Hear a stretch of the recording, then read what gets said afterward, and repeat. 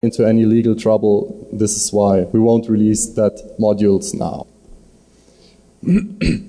Okay, I'll give you a short overview of all the attacks which Loki is able to do. So first there is the ARP module, as you can think of. It can do ARP spoofing, it can do ARP scanning, and implemented also an ARP flooding mechanism. And so there is a module for BFD, which is a brand new protocol. The RFC just showed up beginning of June, which is some kind of protocol for doing hot standby and failover mechanism. Rene will tell you something more about that protocol later on. Okay, I also implemented the BGP part of my old tool, the BGP CLI. I gave it a graphical user interface, so you can do NLRI injection with that tool. You can inject routing information into some BGP domain. There is also a module for EAGRP, which, as I said, will not be released now. Maybe in the future, not quite sure yet. But with that module, you can also inject EAGRP type length values, which are in fact routing information. And I also implemented two older attacks against EAGRP, which are the authenticated and unauthenticated denial of service attacks. And then there are two modules for HSRP and HSRP version 2, which is just a hot standby protocol for IP addresses, and with the Loki tool suite you're able to take over one of these IP addresses. So there is another module for the LDP, the so-called label distribution protocol, which is used within big MPLS backbone networks. You can hook into the LDP process and can inject label mapping messages. You're also able to attack some layer 2 over MPLS tunnels and establish your own tunnel and all that fancy stuff that LDP is able to. If you want to go deeper into all the LDP and MPLS stuff, I recommend you to take a look at our last year Blackhat talk about exactly that topic. That topic, which covers LDP, BGP, and MPLS. So there is an MPLS module as well, which can rewrite the MPLS labels, which also can discover different MPLS traffic paths. And there is also, like Rene said, the MPLS TON program, which gives you or your machine some kind of MPLS VPN-enabled network stack. So you just pop up a virtual tunnel interface, when all traffic that you put into that tunnel interface will be MPLS labeled and thrown out to the network. Okay, there is an OSPF module.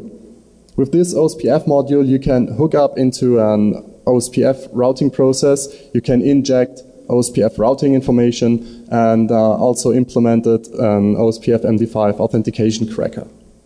So even if you're, well, okay, you will see later on. We will have a nice demo on this one.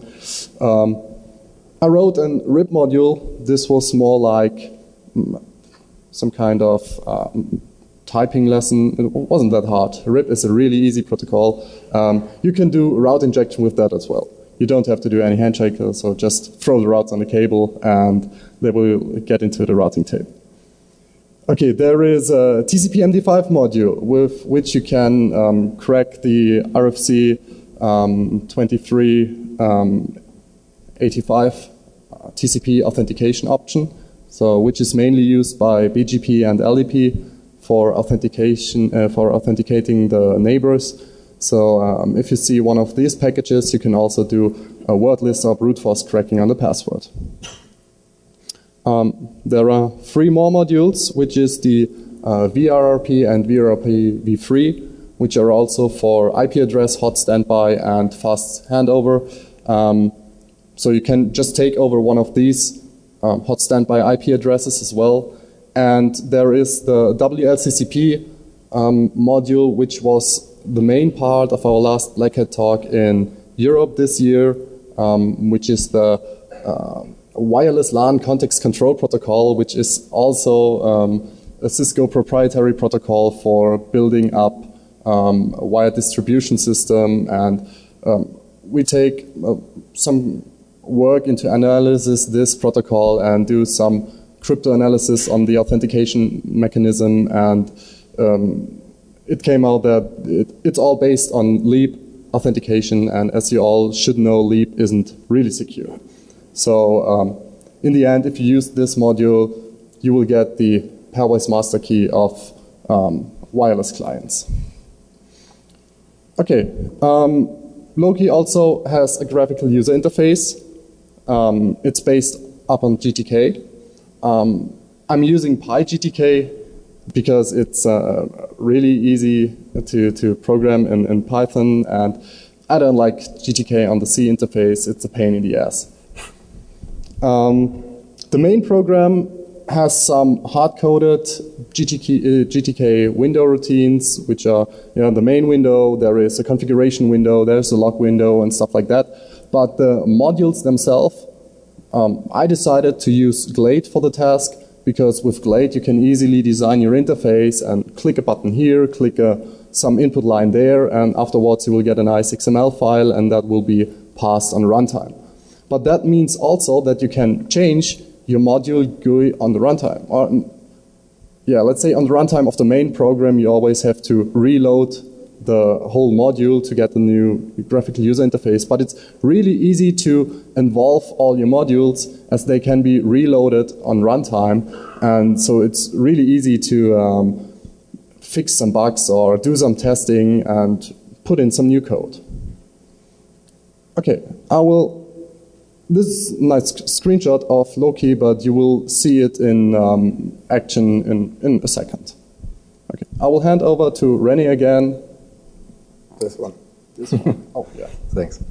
So as Daniel, as you can see, there are lots of attacks implemented already in different modules. Some of them we will cover today. For some of them we will have nice demos, should be 4 in total.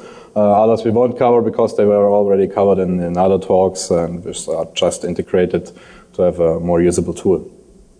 So we told you lots of, we have that module, we have that module, we have that module, but okay, what can we do? What kind of attacks can we do with our tool? So what's the reason? Why should one attack a routing protocol? What benefit does someone get out of the attacking a routing protocol? So to give you an idea about that, we will now have a short discussion of some of the attacks implemented in Loki. It's just not possible to cover all in this kind of time slot. So I don't know how deep you are into network protocols, routing protocols, whatever. So I will give you a short overview about that. Routing protocols in general are used between network routers to exchange information about their connected networks, about how they can reach other networks, how far the networks are away, for example, if it's a good option for another router to use this router to reach a network. So routing protocols do this dynamically, so they can act upon link failure. If an interface goes down or a line is broken, it can just switch over to another one, so the network's still reachable. There are 2 kinds of routing you can use. In small networks you can use static routes, but in large networks with several hundred, several thousands of nodes, of routers, of networks, you can't use static routes. That would be a really pain. So you need some protocol handling your routing information, your network information to get the stuff working. Unfortunately, the internet would not be working without routing protocols.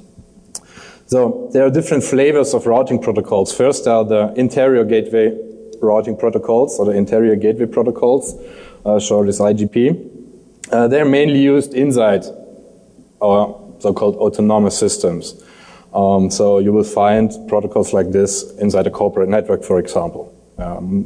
Any scale of network can use these networks. One of the most famous of these kinds of protocols is the OSPF module. If you go to, let's say, 10 different big networks, you will find it at least 5, 6, 7 times using OSPF as a routing protocol. So inside corporate networks inside closed networks. You don't communicate with interior gateway protocols, with other networks, with other domains, with the internet or whatever. The other kind of routing protocol are the exterior gateway protocols. There's mainly one exterior gateway protocol. It's called BGP. The internet uses it to exchange information about the connected networks, how they can be reached, where they are located, alternatives routes to that networks if one link fails. So that's the one you will find in the internet. Yeah? The internet routing stuff is handled by BGP. In some really large corporate networks, you can also find BGP. Some guys implement this also, or use it as kind of an interior gateway protocol and use BGP inside the corporate network. So, for the routing protocols, there are different ways to do their work in general. So, totally different categories, concepts behind these routing protocols. One of the oldest one is the distance vector routing protocol, or distance vector protocols category. Protocols like RIP, which is not used anymore, or really rarely used. And it's enhanced IGRP protocol. The distance vector protocols mainly exchange information with their neighbor routers about how they reach which network. So router A maybe tells router B, I can reach the network 192.168.0 via 3 hops. 3 additional routers, it's 3 hops away from me. So if you don't have a better path to that network, just use me as your router. I will manage to get this network there, to get your packets there. So this is, pretty much distance vector. Which network can be reached with what distance? How far is it away? So, the other ones, the link state protocols, these are, let's say, the newer ones, like OSPF or ISIS. They don't exchange information about all their networks they know. They just exchange information about their directly connected networks, which are not reached using another router. So they tell their neighbor, I have 1, 2, 3 links. There are these 3 networks, and these are my neighbors. So after the initialization of a link state protocol, it's a little bit simplified, but let's explain it on a small network. Every participating router knows the complete network layout. So they don't rely on distance information, but they know by their own, if this link is broken, I can reach that network over the other way also. So it's a complete different kind of routing protocol. They exchange link state information, who are my neighbors, what networks I am directly connected to, and distance vector protocols exchange information of which network do I know and how do I reach it, how far is it away. So different kind of information that is exchanged. A third kind is a path vector protocol that's used by BGP. I don't cover this here in detail because the talk doesn't cover BGP today, so it's not necessary. But it's a little bit similar to the distance vector protocol, just I don't exchange information about networks, but information about autonomous systems, which are many networks. Good.